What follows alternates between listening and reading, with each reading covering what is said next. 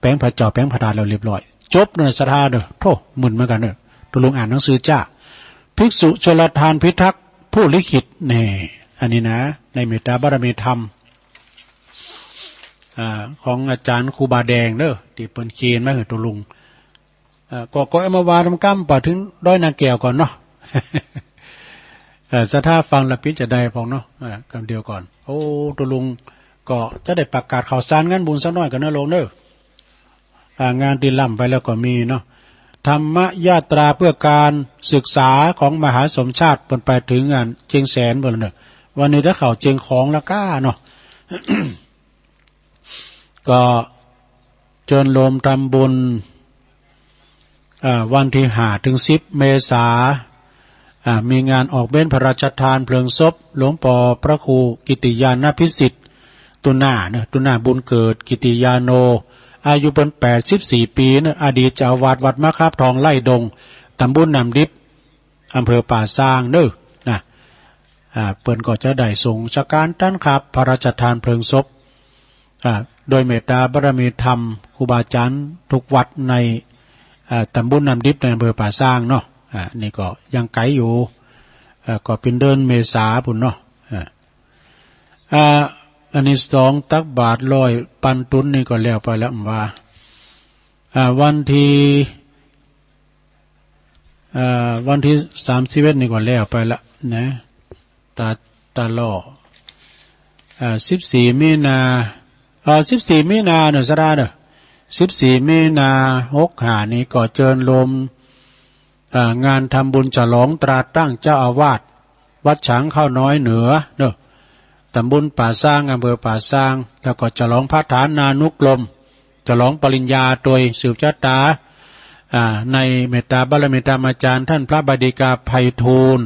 ขันติทโรนะที่วัดฉางข้าวน้อยเหนือเนอะเปิ่นก็จะมีงานขึ้นมาวันที่14 มีนาบนเนอะไกลอยู่9 กุมภาพันธ์ก่องานประเพณีทรงน้ำพระธาตุที่วัดหนองยาวอำเภอเวียงป่าเป้าประสงค์จำนวนสารูปเจริญพระพุทธมนต์เนอะอาจารย์ท่านพระมหาสมชาตินันทธรรมิโกนะที่เป็นนักเทศเสียงดีๆนะห้องควันก้ามยังก็ได้หมดนะวัดใหม่พัฒนาอำเภอดอยหลอเปิ้นก็จะมีงานวันที่15 เมษายนวันพยาวันบดีเนาะอบรมสมโภชองค์พระธาตุแล้วก็17 เมษายนก็จะมีการยกยอดชัดบรรจุหัวใจพระธาตุเนอะเป็นงานบุญใหญ่ฉลององค์พระธาตุโดยเมตตาบารมีธรรมท่านพระครูสถาพรพัฒนาลังสีเจ้าคณะตำบลยางครามในวัดใหม่พัฒนา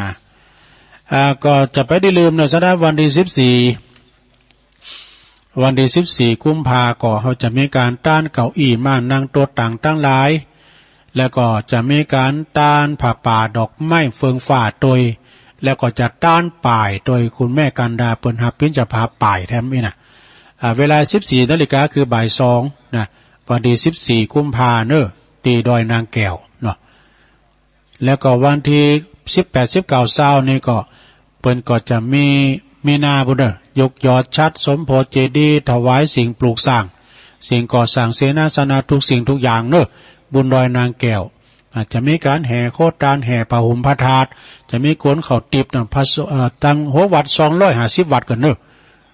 ตึงเจงใหม่ตึงเจงไฮเนอะที่ดอยนางแก้ว18 19 20มีนาพุ่นเนอะวันที่16 เมษายนก็งานสงน้ำพระธาตุวัดสันเมืองเนอะปีที่2วัดของอาจารย์เน้นหลักปัญโยนันท์นะ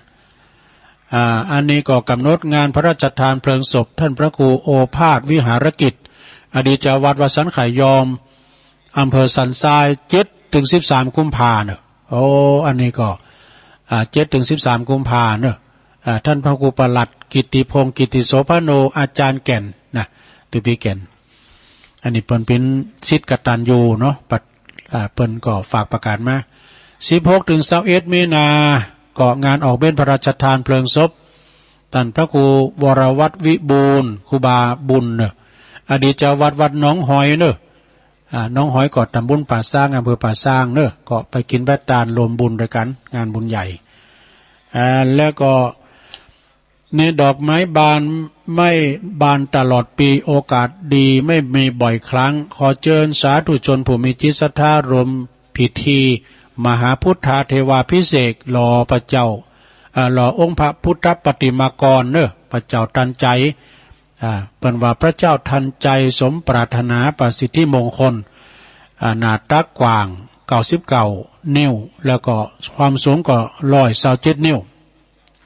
แล้วจะมีตอดผ่าป่าสามัคคีมหากุศลโดยเนอะสมทบทุนสั่งซุ่มประตูวัดนะที่วัดสันห่างเนอะ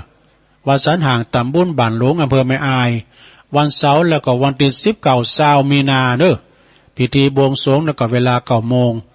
แล้วก็พิธีมหาพุทธาภิเษกตลอดวันเนอะท่านพระอาจารย์อำนาจอัคคปัญโยตุปีจ่าน้อยพิธาจารย์เนอะฝากประกาศมาเนาะฝากประกาศมาก็พี่น้องตั้งไม่อายก็ไปรวมกันเนอะไปกันหลายๆ12 กุมภาเนาะก็วัดพระธาตุดอยหล่อในเปิ้นก็จะมีการถวายเก้าอี้ตัวต่างมานังไว้กับสุสานป่าจ้าบ้านดอยหล่อเนอะนะบ้านดอยหล่อแล้วก็ทำงานหนึ่งชดาญาติโยมวันที่23 มีนาเนอะเปิ้นก็จะมีการทำบุญยกยอดชัดพระธาตุโดยแล้วก็จะได้ทำบุญอายุวัฒนมงคลในเมตตาบารมีธรรมหลวงปู่พระครูสุจิตานุรักษ์เจ้าคณะอำเภอฝางเนาะที่วัดพระบาทอุดมนะ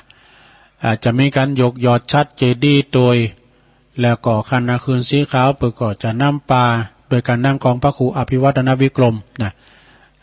นักจัดรายการก็จะพากันไปรวมบุญแล้วก็รวมมุทิตาจิตกับหลวงปู่อาจารย์ว่าเปิ้นจะไปวันที่22นี่นะไปนอนนี่นะตุลุงก็ละถามอยู่นะกันรถเปิ้นติมไม่ก็ได้ไปอยู่ก็ตุลุงก็ใครมีรถสักกันมันมีกันว่าเปิ้นว่าเหลือที่นั่งตุลุงนั่งตักกันไปเนี่ยก็แต่ไปอยู่เนาะอันนี้งานไหนแถมเนี่ยก็ขอเอิ่นไปตัง คุณแม่ไพฑูรย์ศรีมินิพันธ์เป็นอยู่บ้านโบกเป็ดตำบลตนเปาอำเภอสันกำแพงเด้อเปิ้นฝากผ่ามาได้รับแล้วแม่เด้อผ่าสบายเนี่ยกะเปิ้นฝากผ่าใบมา2 ผืนสีกักผืนหนึ่งสีเหลืองผืนหนึ่งตักตังลายสักหน่อยเนอแม่จันเรือนใสฟังอยู่เนอแม่จันเนี่ยเปิ้นก็อยู่อันเนี่ยเวงตาการเนี่ยแม่จันเนอ11ก็ไปเนี่ยแม่จันเนอชมรมนักจัดชมรมวิทยุCB ดอยหลังถ้ำนิกรชัยน้อยประธาน0601เนาะสมเกียรติจินกันเนี่ยก็ฟังอยู่สุรชัยนี่อยู่เมธาเนาะฟังอยู่สุรชัยนะอยู่เมธาก็ว่าเมืองจีกะเนี่ยตุลุงขี่ย่ายบ้านมันโยมวันลาโดยฟังอยู่เนี่ยแม่ลาก็ฟังอยู่นะปัทมาเนาะก็ฟังอยู่ตอนนั้นมาก็แม่ทองคำพรหมมินนะก็ฟังตุลุงอยู่เจ้าแล้วก็โยมปีน้อยหรือว่าปียุพินหอมมาลาอันนี้เป็นอยู่แม่โยกเพิ่นเด้อแม่โยกก็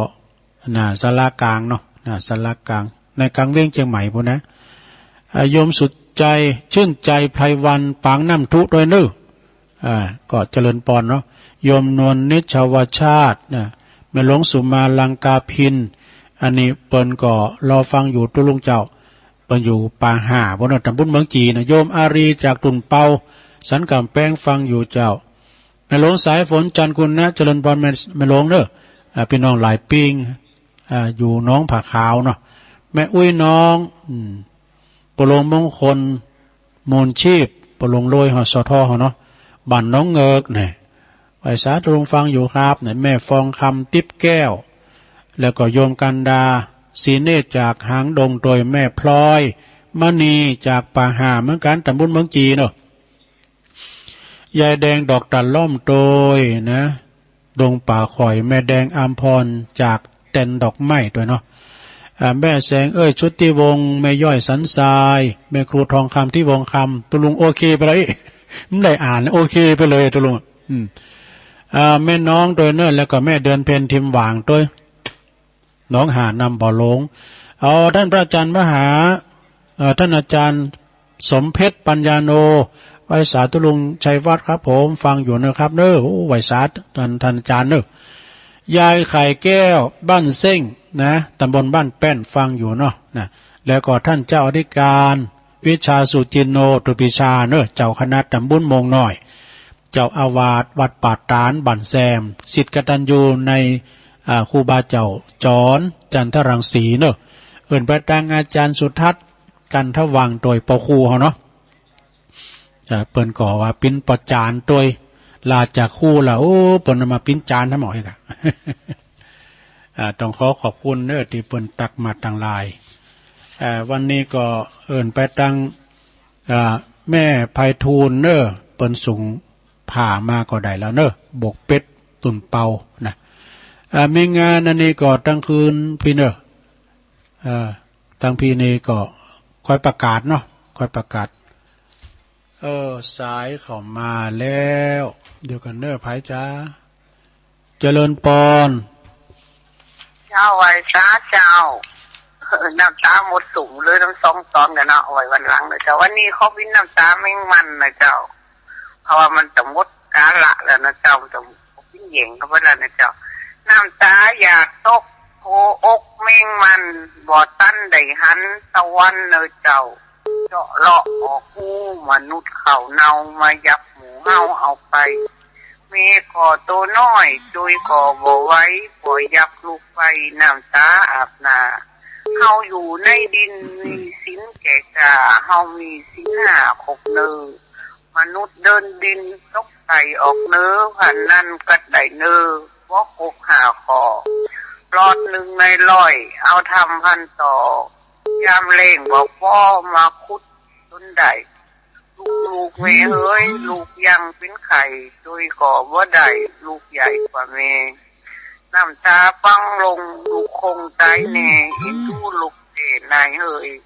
รักษาจินไหวขอหนึ่งนายเฮ้ยจักไปละเลยหาขอเจ้าอันอายุจะยื่นจักไก่เดินปันขอหนึ่งเจ้าอันเลยเจ้านายเฮ้ยเจ้าต้องยองวันละกรรมนะเจ้าก็มาเจาะเลาะนะเจ้าเนาะเจาะเลาะหูนะเจ้าเนาะ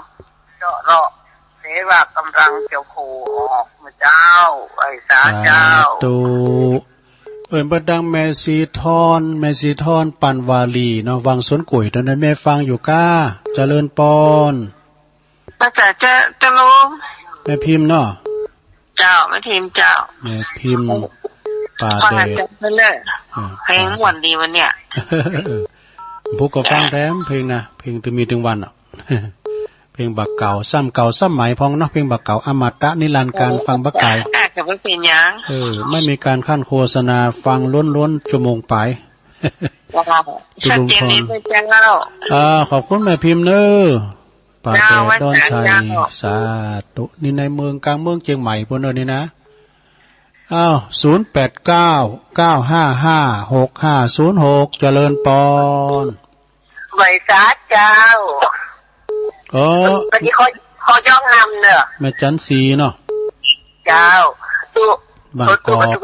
ของตัวก็ได้เนาะไม่เคยเอาวัดดุนนั้นขึ้นไหนแม่จันสีโอ้ตัวอันนี้มาเรานะดีวันใดนางแก้วนี่นะโอ้เนี่ยขึงใจเลย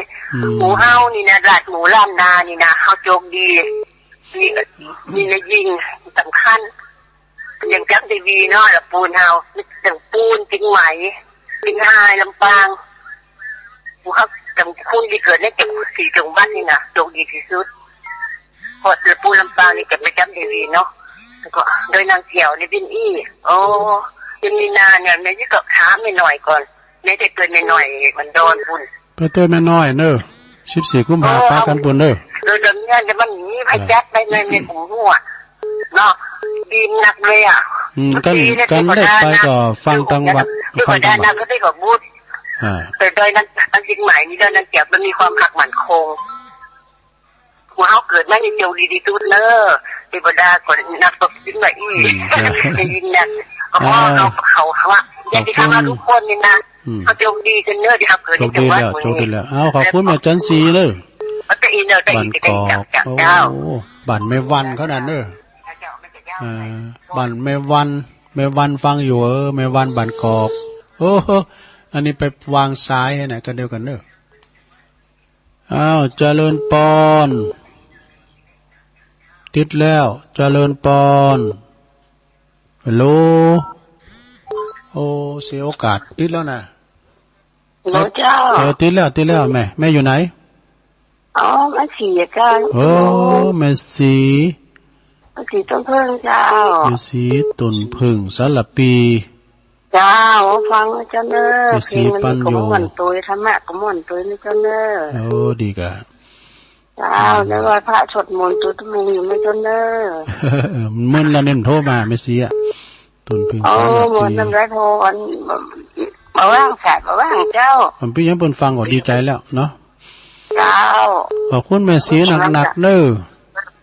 เจ้าแม่สีปัญโยพินปีน้องกันตึงอาจารย์เกษมปัญโยเอาแม่เพนว่าไปเลยเจ้าให้แก่เจ้าแสงไฟสว่างตาแสงสว่างสว่างใจสว่างใจได้แสงไฟสว่างใจได้แสงดาวเจ้าลุงเอาว่าแต่ต้องเนาะเอาเลยข้อที่หนึ่งวัดความคิดข้อที่สองวัดความดีข้อที่สามวัดความดันข้อที่สี่วัดความจำข้อที่ห้าวัดสายตาข้อที่หกวัดหัวใจข้อที่เจ็ดวัดสังขารข้อที่แปดวัดสันดานข้อที่เก้าวัดจัตกรตะลุงเด้อได้กำลังจัดตะลุงเจ้าฟังชัดเจนเจ้าวัดจ่าเจ้าขอบคุณเจ้าโอ้ตัวข้อที่สิบกับวัดโหเขา ขอบคุณแม่เพนขาวเตี้ยเจ้าภาพธรรมเนาะเจริญปอนเจ้าสาธุเจ้าแม่น้อมเจ้าแม่น้อมเขานี่หมานนั่นเลยฮะจกใส่ทุกกรรมฟังธรรมกับม้วนหนาวกันหนาวแม่น้อมท่าช้างเนาะเจ้าเวียงน้องหลองโอ้บ้านของไออันนี่กะไออันเนี้ยก็กำจรกำจรไอจรแล้วก็แม่โบคำเขาแม่เพนเขาอยู่บ้านเดียวกันนะเนาะตาจากขจรพอใจอันนี้ก็จิตอาสาเด้อตึงสีภรรยาของเปิ่นเนาะครับรถส่งทุเจ้าตัวขอบคุณแม่น้อมเด้อสาธุ0899555606เอายายพรมาละเจริญปอนยายพรเนื้อที่การเจ้ายายพรร้องวัวแดงสันกำแพงเชียงใหม่มาละผิดแดดตัวเนี่ยฮะผิดแดดตัวอูด้วยอ่ะไปปีนอย่างก็ระวังเด้อมันเสียบไว้กะเสียบไว้แล้วก็คืนโฮมมาดึงติมอันนี้ยายพรฟังเจ้าละกะเจ้าฟังเจ้าแล้วเนี่ยกะล่างลูกเนี่ยไอ้หวากะแล้วลูกเจ้าใจก็รับกะล่างลูกเนี่ยอันยายพรก็สบายได้กินข้าวหลายๆกันเลยมัมมักถั่วเน่าย่ะมักว่าตาอันไม่จืดอ่ะลูกน้องสาวทางไหนยายพรเนี่ยมือมารได้เด็กอ่ะแต่อยู่ดีกินดีแล้วเนี่ยพอต้องป้วนค่าแล้วนี้กูเดินไปอยู่ห้นมุงคาดิว่าโทษกันหน่อยค่าจ่ายต้องอันกินไปตานไปเนอะยายพรเอ้ยชีวิตเราเป็นของน้อยอาจารย์วรรณชัยพนวานะเนาะยายพรนี่ดีกับเตียวแก๊งแบบโ14ก็ไปเนอะป้ากันบนเนอะ14 กุมภานะอาจารย์เน้นหลักว่าจะดำเนินรายการว่าจะดำเนินรายการอย่างเขาแล้วเนี่ยกะขอตัวแม่น้อยไปกันเด้อแม่น้อยบุญโยงนะแซ่พันอ่ะแม่จันสมก็จะไปแม่จันสมพันสมบัติไปกะไปเด้ออันแต่ทำบุญกับยายพรด้วยเด้อสาธุพุกโทรมาแถมเอา0899555606ตั้งดอยสะเก็ดดังดักวิทย์ฮะตามเมืองฝางอ่ะได้ยินก้าเมืองฝางอะไรเจริญปอนเจ้าว่าสาเจ้าไม่ลงปั้นนะแม่ตะกะเจ้าโอ้ไม่ลงปั้นปัญญาเจ้าฟังเจ้าแล้วเนาะฟังแต่เจ้ามอกเหม็นข้าวคอยเคียวแล้วจ้ะโอ้ตื่นเจ้าดู เจ้าวันนี้อย่าไปเลี้ยงพระที่วัดอ่ะเจ้าโอ้ดีกว่าดีกว่าที่เป็นบวชใหม่เป็นกลุ่มแบกอ่ะเจ้าที่ไหนวันไหนว่าร้องทานเจ้าแฟนนี่บวชอย่าท่านบวชเมื่อวันที่22แล้วเจ้าโอ้ดีกว่าไม่ต้องซิกก็ได้หรอซิกบทหลายตุนอยู่ก้าเจ้าก็ดีกว่าอันนี้ก็ว่าบท2กูแก้วกูแก้วพี่น้องตั้งดอนตอมาบวชเลย2ได้10กว่าวันแล้วค่ะนี่กะเจ้าให้กำลังใจด้วยท่านเด้อขอบคุณแม่ลงปันเจ้าไว้สาเจ้าด้วยนะแม่ลงผลฟังกันหลายเนอะแม่ลงปันแม่ลงสายฝนแม่ลงสุมากินแม่ลงผลฟังกันพอลงก็ฟังนะเจริญปอนไอ้ข้าเจ้าทุกแม่ฟองวันนั้นเริ่มในโทรโทรจิอันนี้แม่หยังนี่แม่ปลาแม่ปลาแม่ปลาปุ่งหูป่ะบรรทาหลายสายแม่ปลาหลายสายบรรทาหลายสายเนาะดิฉันหลายสายดันวันเนาะหลายสายเนี่ยเพราะว่าของอันโดยนางแก้วนี่คือยาวขนาดเนาะเขาท่าดีลูกอันนี้มันมีหลายอย่างเหมือนกันนะอันนี้ก็ทำได้อย่างหนึ่งเนาะอันถ้าหลายสายเนี่ยฟังไปหน้าเนาะอันน้อยใจดูเนาะโตเปิ้นเป็นกูกันแล้วเนาะเปิ้นทำบุญมาโดยกันแล้วไปแยกเปิ้นก็แล้วไปฆ่าเปิ้นตายให้นี่นั่นแหละเปิ้นเป็นลูกพญาเจ้าเมืองดูไอ้นั้นกวงนั้นเป็นคนดูไหลเข็นใจมั้ยเนาะนะไปอยู่ด้วยครูบาสอนนั้นสอนวิชาอันแม่ป้าท่าหลายสายนี่อยู่อำเภอหยังไม่ท้านะจ๊ะติดบ้านเดียวกับบ้านนันปั้นเลยไม่นะปนันปั้นนะวันนั้นปั้นเปิดก็ฟังอยู่เป็นประจานดูเปิดก็ตานเก้าอี้ย้ำ2ตัวไอ้กับตันมันก็เกยท่าหลายสายเนาะเจ้าว่าท่าหลายสายจ้ะขอบคุณแม่ปลาหลายๆเด้อบุกโทรมาทำเด้อเจ้าสาธุไปเจ้าติดแล้วก็พอดีแล้วเนาะ08995565506เจริญปอนจะไปสาเจ้าตะลุงอันนี้เสียงป้อยแม่สีทอนกันนี่เจ้าแม่สีทอนหนองบัวเนาะชัยปราการฟังกับเจ้าแล้วเด้อชัดเจนดีแน่วันนี้นะดีกะ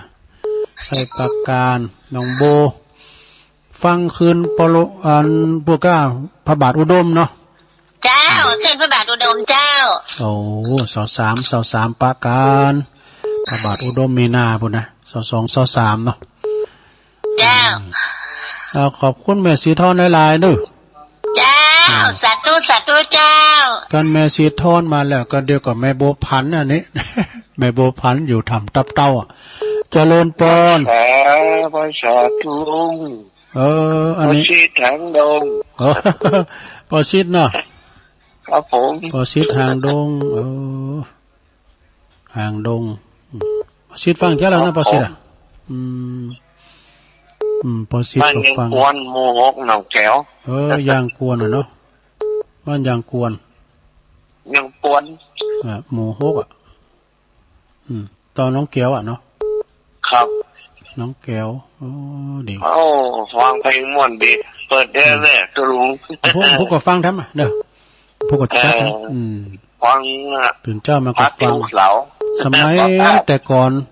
สมัยปอเป็นบ่าวบทเพลงนี่โปรโมทขนาดนั้นเดี๋ยวนี้ยังโมนอยู่เนาะครับขอบคุณปอชิดหางดงเนิ่มพวกโทรมาแถมเด้อพวกก็ฟังแถมสาธุไหวสาบารมีธรรมหลวงพ่อพระครูโชติสุวรรณสอนวัดศาลาด้วยเนอะไก่ก็หาเนาะเจริญปอนเจอไว้สอเจอท่านเนินแม่จันสีแจงโฮลินนึกว่ามึงฟังผมได้ยินก็ยังกะพี่ว่าได้ยินอยู่เนาะใช่ไหมไม่ค่อยมีใครโทรไปกันวันนี้ไม่มีปนน้อยบุญปันเขาก็โทรมานี่มีกับแม่จันสีเนี่ยกับแม่โบพัดก็หายแซ่บเฮ้ยแม่โบพัดเขาก็หายแซ่บนึกว่าตั้งเพลงมาเก่าจักเตี้ยที่นี่เป็นแบบเปิดกระดานนี้เจ้าแต่กะตั้งปูนเปิดจับตัวลุงออกพอดี ถ้าได้บอกเหตุตุปีเลินก่อนตุปีเลินเปิดก่อนไหนสัก30 นาทีครึ่งชั่วโมงไอ้กะฟังเพลงเก่าไอ้กะเนาะ จะได้ตั้งระบบใหม่เด้อเพิ่นตั้งระบบจับลงไปตี 3ปูนวันที่22ปูนปากันนะตุลุงก็จะแปลงซองไปถวายมุติตาหลวงปอยซองหนึ่งแล้วก็แปดตาลยอดชัดด้วยเปิดน้ำซองหนึ่งเนี่ยกะปากันอยู่เนาะท่านเนาะปากาตุลุงไปนอนพุ่นนะก็กันเวลารถวางนั่นน่ะรถทันพระครูวางไว้จะเขาติดซอยหอยตามหอยแหวนยินดีแม่จันสีเนอะสาธุเวลาตุลุงมีลาอยู่เนี่ยโทรเข้ามาในโรงเนอะโทรเข้ามาไม่ต้องเกรงใจเนอะอ้าวพ่อบุญตันพ่อเล่งบุญตันไว้สาธุลุงพ่อบุญตันป่าไล่ฟังตลอดเลยท่านพ่อบุญตันเดี๋ยวนี้บุญมีอย่างมาเตอบุญมีอย่างมาเตอแล้วก็บุญปันอย่างมาเตอป่าไล่3 ยอดเนาะกำลังใจตุลุงเนอขอบคุณนะพ่อเนอบุญรักษาเนอตุพ่อบุญตันเพิ่นติดตามฟังตลอดผมอุ่มเหมือนน่ะเอี้ยเป่าเดียประดับพระครูอุ่นด้วยเนอบันเป่าแล้วก็แม่โบพัดก้างหงเขาฟังกันอยู่ก่อเจริญปอนเจ้ากับไว้สาเจ้าลุงอันนี้แม่พันนะตอนใดแม่พันนะแม่หยังภาษาพินเจ้าโอ้จังโซประจำว่าได้เอาไว้หน่อยแม่สายพินเนาะเจ้าเอาเห็นหน้าหน่อยเจ้านะเอาเลยเจ้ากันยะอายังลงไปคิดถึงแม่ถึงพ่อแม่อุ้มเกียงเลี้ยงห่อมือลูกยังน้อยยังแดงส่งข่าวยามาลูกอย่าไปแฝงบอกว่าทินก้าวแดงบดีไปแฝงดมกลิ่นบอกว่าน้ำลาสุราบอกว่ากัญชายาฝิ่นอนาคตหมดสิ้นมาตกทาสของมันโอ้จำไว้เจ้าอย่าไปไฟปันมาตกเป็นทาสของมันอันนั้นสังคมรังเกียจสิ่งในที่บดีลูกอย่าไปเสียดสังคมรังเกียจมาตกเป็นทาสของยามันติดไปแล้วลำบากต่อการรักษาได้แต่รอเวลาเลยหมดชีวาลาโลกอีนี่จะสอนกำดีลูกอย่าไปถือโคตรลูกต้องหูตันโลกหูตันเหตุการณ์บ้านเมืองอันใดดีอันใดให้อันใดสีดำสีเหลืองอันใดเป็นเขาเป็นเฟืองลูกเจ้าคงหูอยู่จะไปเมาเหิมซ่อนรถเป็นกูอีเน่บานบ่าวญะจะอ่านบาดีเกิดมาเป็นคนมันรักษาศักดิ์ศรีได้รักษาความดีจะมีลาคีตีแต่นะลุงว่าเจ้าแกไว้สาเจ้าตุลุงเจ้าขอบคุณนะสาธุเจ้าผู้ก็โทรมาแถมนะโทรกันนะเวลาตุลุงก็ไลน์อยู่เนอะเจริญปอนไว้สาเจ้าตุลุงแม่หยังนี่ผู้สาวเจ้าผู้สาวคุ้มตะวันเจ้าแม่เนี่ยผู้สาวผู้สาวคุ้มตะวันเจ้าโอ้ได้อุ้ยสาวคุ้มตะวันเนาะอันเมืองวะดอยสะเก็ดเจ้าเมืองวะเนาะเมืองวะดอยสะเก็ดลงเหนือลงเหนือเนาะเมืองวะนี่ก็เป็นบ้านเกิดของในเมตตาบารมีธรรมพระเดชพระคุณท่านเจ้าคุณพระศรีศิลปาจารย์แม่นก็เจ้านี่ก็ตำนานเพิ่นก็มีจันเงาเหมือนกันนะดีกันคุ้มตะวันนี่นะเนาะเมืองวะเมืองเลนมาเนาะเมืองวะดอยสะเก็ดเนาะวะดอยสะเก็ดลงเหนือเจ้าลงเหนือลงเหนือลงไต่นะกะโอ้กับติดแล้วเจ้าโอ้ติดมีปันเพิ่นลงเหนือลงไต่นี่มันเป็นทางปุ่นนี่เป็นพี่น้องไต่ลือเนาะ เจ้า อ่า ลงเหนือ ครูบาสิหมื่นครูบาสิหมื่นก็ไตลื้อเนาะครูบาสิหมื่นนะ ชายกระนนเจ้า แล้วขึ้นอุทัยจะเด่นในครูบาสิหมื่นน่ะปดโตอุทัยแล้วแป๊ดอ่ะ ครูบาสิหมื่นเพิ่นอยู่ลงใต้แล้วเนาะ ลงไตอ่ะ เจ้าบ้านเพิ่นอยู่หั่นได้กะ เนี่ เจ้าย ก็ นั่นน่ะเพิ่นไปอยู่สันกูทองพุ่นน่ะปุ่นน่ะเจียงไฮ้เวียงป่าเป่าเนาะ เจ้า โอ้ครูบาก็เป็นปลัดแล้วนั่นเด้น่ะท่านปลัด เป็นปลัดแล้วจำนันสุทธิโรเนาะขอบคุณ ฟังจังหวัดตุลุงทองมาล่ะ โอ้ลูกเจ้าเฮ็ดแต่เนาะผู้ก็ลุกมาดำเด้อผู้ก็ฟังแถมเนาะ อ้าวภาษาเจ้าตุลุง คุ้มตะวันสาธุปดโตอันนี้ คุ้มตะวันบนเด้อเมืองวะพุ่นนะดอยสะเก็ดเจริญปอน ไปสาธุลุงครับ โอ้พี่น้องบ้านไกลปอนั้นประเสริฐเนาะ ครับที่ตามเราพังตั้งแต่ต้นแต่แรกข้าวมันดีล้ออัน นี่ก็ เราทำลงใจทั้งใส่ทั้งแนวถึงทิศซ่าๆตรงมันว่าสีขาวเนาะเขามีความสัมพันธ์ที่เนาะ แต่ก็หน้าแดง มีทั้ง ห ใจ น้าน้อย ทั้งซอสสมบัติ แม่น่ะแม่น่ะ ครับหมดอกหมดใจที่นะผมมีคิดอย่างเราคิดแต่นั่งแต่ทำคำสอนนะค เอา รับ กะเอานำทำคำสอนไปแต่ฟังกันไปแก่ม ครับพังไปเหมือนไปคิดพิจารณาไปครับน้อง ยินดีกับปอนานหลายๆเด้อปอนานเด้อ ครับกำลังใจตุลุงเลยครับตุลุงอยู่ดีมีสุขอายุมันยืนยาวต่อไปครับ สาธุโตได้ปอน นะครับเลย ได้ปอนกับปอนานละรักษาสุขภาพอย่าประมาทกาดอย่าตกเน้อเนาะเอาเจริญปอน ครับผมกลับไป โอ้ สาครับ เนินเอาลักเข้ามาแล้วนิมนต์นะครับ แจ้งมาก็ได้ฟังธรรมก่อนนอนก็ได้ฟังธรรมกินข้าวตอนแล้วก็ได้ฟังธรรม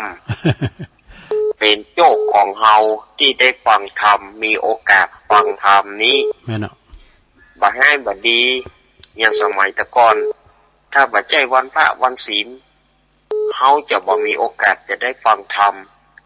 แต่บัดเดี๋ยวนี้เฮาควรภูมิใจที่เฮาได้ฟังธรรมกันตลอดลูกแม่แตกแต่เฮาก็ได้ฟังละยิงเข้าตอนแล้วเฮาก็มีหำละก็เดี๋ยวช่วงจะเข้านอนก็ทรงศรัทธาญาติโยมนอนรับฝันดีประวัตินางแก้วกับพี่หนานกวงก็โอ้โหบ่ใจย่อยๆเน้อเนาะ โอ้พี่หนานกวงนี่กับเป๊กก็ไปซิกเป๊กก็ไปซิก สองเตอกันเด้อสองเตอกันนะ สองเตื้อเนี่ยเนาะเขาเอาแบบไปขว้างเนี่ยหมดแล้วก็ฟังแล้วก็เศร้าใจเนาะครับฟังแล้วก็ม่วนอกม่วนใจได้คติอย่างนักหนานะครับเนาะ ครับ ครับ ขอเป็นกำลังใจลุงๆนะครับ วันนี้นะครับพระทายญาติโยมเตือนเนอร์ ขอบ วัน คุณ นี้นะเป็นกำลังใจลุงๆและสถานญาติโยมทุกท่านที่ได้ฟังธรรมกันวันนี้ สา ครับผม ธุ ครับผมครับ สามเณรเอาลักปัญโยนานเนอปนอยู่วัดสันเมืองเนาะสถานเนาะเอิ่นประดังปอเสียวซับปอเสียวชัยเหล็กกันทาดงนิมิตนำดิบน้อยด้วยเนาะฟังกันอยู่ก็ปอเสียวชัยเจริญปอน ให้สาเจ้าตุลุง โอ้ ไม่พลาดตุลุงอยู่นะเจ้าเนี่ย สายทอง ขึ้นที่3เจ้า ท่านยักษ์แก้วหวยการอืม เป็นกำลังใจตุลุงนะเจ้า ขอบคุณหลายๆเนอะไม่ใส่ทองเนอะ กับไหว้สาเจ้าสาธุเจ้า หวยการพี่น้องหวยการเนาะอ้าวตั้งเฮามาละ ลืมมาละเจริญปอน เจ้ากับไหว้สาเจ้าตุลุงแม่สุกเกี้ยวศิลาพรสิเตี้ยมันห้องละปุนเด้อวันนี้มีบุญแถมวันหนึ่งอะตื่นขึ้นมาก็ได้ยินเสียงน้ำเสียงธรรมจากตุลุงเด้อได้ไหว้พระฮับปอนได้ฟังตุลุงเล่าประวัติเรื่องดอยนางแก้วเด้อเจ้า โอ้ตื่นขึ้นมามีบุญแถมวันมีลมหายใจได้ฟังน้ำฟังธรรมจากตุลุงเด้อตุลุงโอ้เปิ้นฟังกันนักกันหลายเด้อตุลุงเด้อ ฟังกันไป กู้หมู่บ้านเด้อตั้งศรีละพรศรีเตี้ยศรีเจริญศรีปทุมเพียดงที่เล็กพุ่นนะตุลุง โอ้ดีกะดีกะ โอ้ฟังกันนักทุกหลังคาเรือนเด้อ ลุงเป็นหวาน ตุลุงเล่าประวัติเรื่องโดยนางแก้วน่ะสมัยตะก้อนลูกบ่าวปลาแม่สุกเกี้ยวปยาหัวข้าวเตียนข ค่ายทหารเมงรายหนาลากพุ่นน่ะปอยถึงขั้นกันโยกมือไหว้ลูกบ่าวกระเต๊กแกกู้รอบพระเจ้าเจ้ายินดีก็ไม่คิดเกี่ยวหลายๆเลยแล้วเด้อได้ผ่านแล้วเจ้า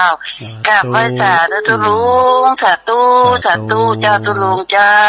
ศรีลาพรไหวสาบารมีธรรมหลวงพ่อพระครูสันติเจติยากรเกตการามตัวเน้อเดี๋ยวความเคารพโอ้หลวงพ่อกฤษมาแล้วพุทธยานครับหลวงตากฤษครับหลวงตากฤษเนาะกฤษณะอำนวยพรปางโม่เนาะอุทยานปางโม่ปางโม่อุทยานเชียงดาวนะเนาะหลวงพ่อเนาะหลวงพ่อได้ยินไหมโอ้ดักไว้แล้วนี่หลวงพ่อเข้ามาใหม่ก็ได้เด้อดักไว้แล้วมีปัญหา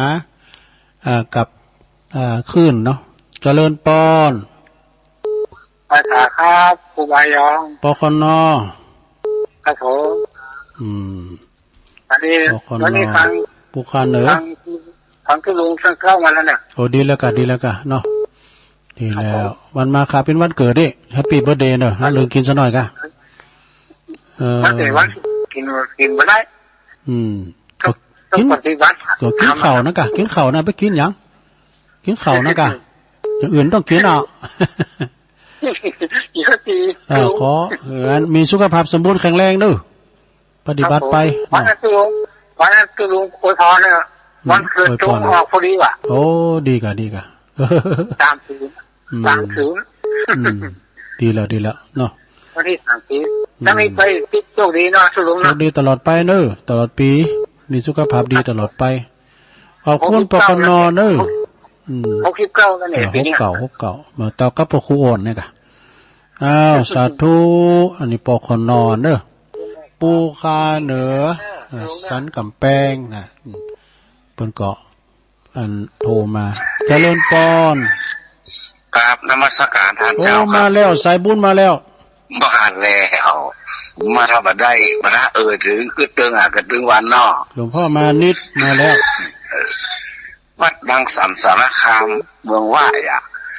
ผมโพสดุ้งท่านพระครูหลวงพ่อเป็นรองเจ้าคณะอำเภอและสเกตคนปัจจุบันนี่นะหลวงพ่อพระครูมงคลศรีละวงศ์เนี่ยไปเผยแพร่วันนั้นที่เขาอ่านประวัติที่ท่านเจ้าตั้งหลายที่เป็นเจ้าคณะอำเภอองค์กรในอดีตที่ขึ้นไปสร้างพระธาตุสีสมวลกำก้อนนั่นเนาะรุ่นของท่านเจ้าคุณมาทราบนะผมพอสะดุ้งท่านยังเป็นคนถึงด้วยจ้าบอกมงคลคุณแท้เนาะเป็นบ้านพระครูมงคลศรีละวงศ์คนก่อนนั้นสมณศักดิ์ชื่อกันเดียวกันเนาะเป็นชื่อเหมือนกันหรอน่าตาโอ้ผมไปบ่อยทุกครั้งเลยปีใหม่เมืองปีใหม่ได้ก็ไปบางทีออกภาษาก็ไปคารวะท่านเนาะตั้งแต่ปีนี้ของพระสงฆ์เจ้าท่านเป็นพระนักเทศน์ฝ่ายเผยแพร่เนอะครับหลวงพ่อสาธุกิจนันทประมาณนั้นแหละเป็นคนที่มีอารมณ์ดียิ้มแย้มแจ่มใสมงคลสารคามฟังหนุ่มว่าชื่อว่าจัดเหมาะนะชื่อว่าจัดเหมาะมงคลสารคามดีจะแตะเนาะใครก็ว่าดีก็ถึงชื่อครูบาดีอยู่แล้วเนาะดีกะเนี่ยนะเขาท่าคำว่าดีกะนะใครก็ต้องเคยได้เนาะได้กะตะกี้ไม่น้อยว่าอย่างก็ไม่น้อยว่าอย่างที่ว่าชั่วโลกก็ว่าจะแรกก็อย่าได้ลืมไปแล้วดิไม่น้อยไปคำยองวันละคำคำยองก็ดีนะหน่อยลุงโซโลเปิดรายการก็ทำไมก็อู้คำยองแล้วผ่านจะหายสุดเลยกันเนาะแต่กะคุณยองอู่แล้วก็จะอู่ถ้าผมอู้ออกอากาศเลยลุงปัดคำเมืองเป็นธรรมชาติของการอู้เนาะนั่นมันก็แล้วแต่เนาะเป็นเล่าเนี่ยเป็นเมืองเขาก็เป็นอู่เมืองเป็นเอาพร้อมกันได้อยู่ลุงเนาะเป็นลุงอู่เมืองนี่มันคือปลาเล็ดยังไม่สุกแก้วก็ว่าเดินเจ้ามาก็ได้ฟังกันนะเขาก็คูนะวันนั้นไปเตะด้วยหอดังบอกว่ากลัวว่าเขาจะลืมไปมรดกทำกำเมืองก็ดีธรรมะธรรมโมของพระพุทธเจ้าก็ดีมันมีโอกาสน้อยที่สุดที่ได้ตื่นมาได้ยินเสียงวิทยุเด็ดนอกออกทางวิทยุสดหรือแจ้งมาได้ยินเสียงพระเจ้าตีละครั้งทำว่าส่วนโง่นี่นะประเดี๋ยวนี้ถ้าคนต่างศาสนามาอยู่ไกลบ้านไกลว่ามันจะเป็นเรื่องเนาะ วันนี้บ้านเล็กที่อย่างเรียบร้อยหมดอ่ะพอดีเขาถ้าตีละครั้งแห้งก็เป็นเรื่องจะฟ้องอย่าร้องกันว่าเขาไปรบกวนเขานะเนาะระหว่างวัฒนธรรมตั้งเหนือเขากับกฎหมายนี่มันแตกต่างกันนะเนาะ